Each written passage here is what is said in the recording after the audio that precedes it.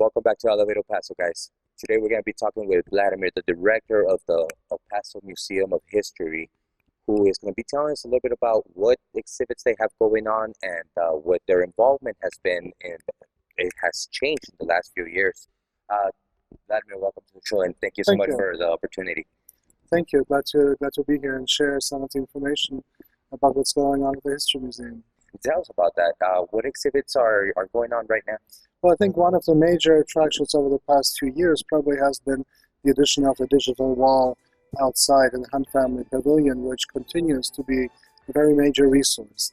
But in addition, of course, to that, other things that have drawn really audiences as of late has been really a reinvigoration of the museum's programming and also of its exhibition scheduling. We've recently opened a wonderful exhibition together with the Museum of Archaeology and also in collaboration with the Art Museum that showcases amazing pieces of Casas Grandes pottery.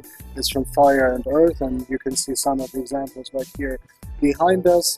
We've also collaborated with the El Paso Community College, which is celebrating a very significant and amazing milestone this year, its 50th anniversary, and we opened an anniversary in celebration of that anniversary. As a community exhibition, we worked with EPCC to open an exhibition.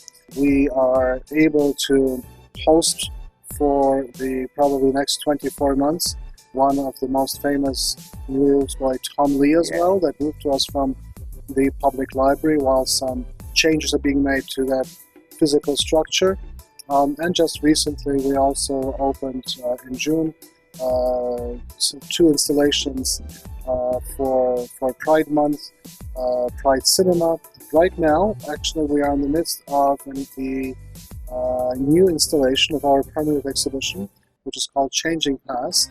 It's moving from the second floor to the main floor, and will really be a kind of Changing Paths revisited exhibition, because the museum staff has been working diligently and with great attention to produce really new texts and new narratives for the history of this region. And you'll see some new installations as well that will be much more inclusive and representative of the local community, and that will be opening at the end of next week. And of course, after that, right here on this floor, we are looking forward to opening an exhibition on the history of baseball, focusing both on national important milestones as well as also on the history of baseball in the region, which will be called Bases Loaded El Paso and Beyond, and coincides with El Paso hosting the All-Star Game. So we're opening that exhibition will open right during the All-Star Game festivities. And I've noticed that in the last few years it has really shifted. Is there a shift in the vision of the museum itself?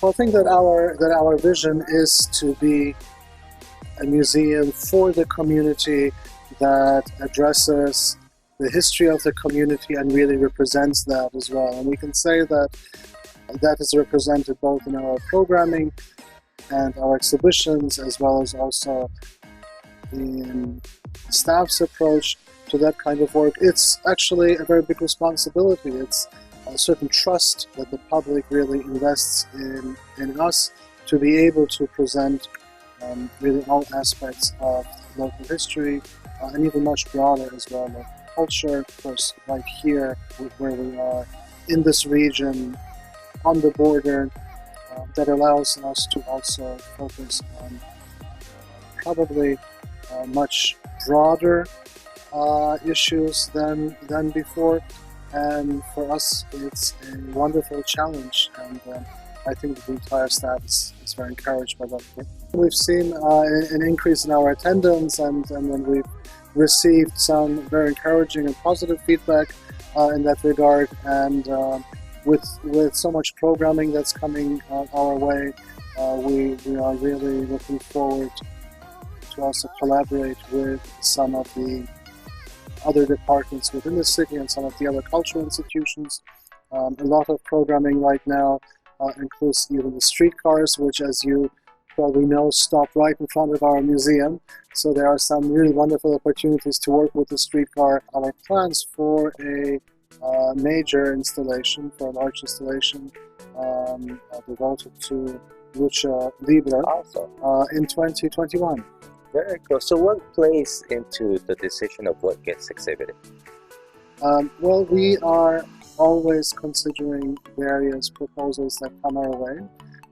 There's ideas for collaboration, as well as, of course, also discussions and brainstorming with our kind of creative team, the curatorial team and the educational team, to really consider what may work well with certain important dates in the region's history, what might be interesting topics to the community as well, which may be topics that we have covered before.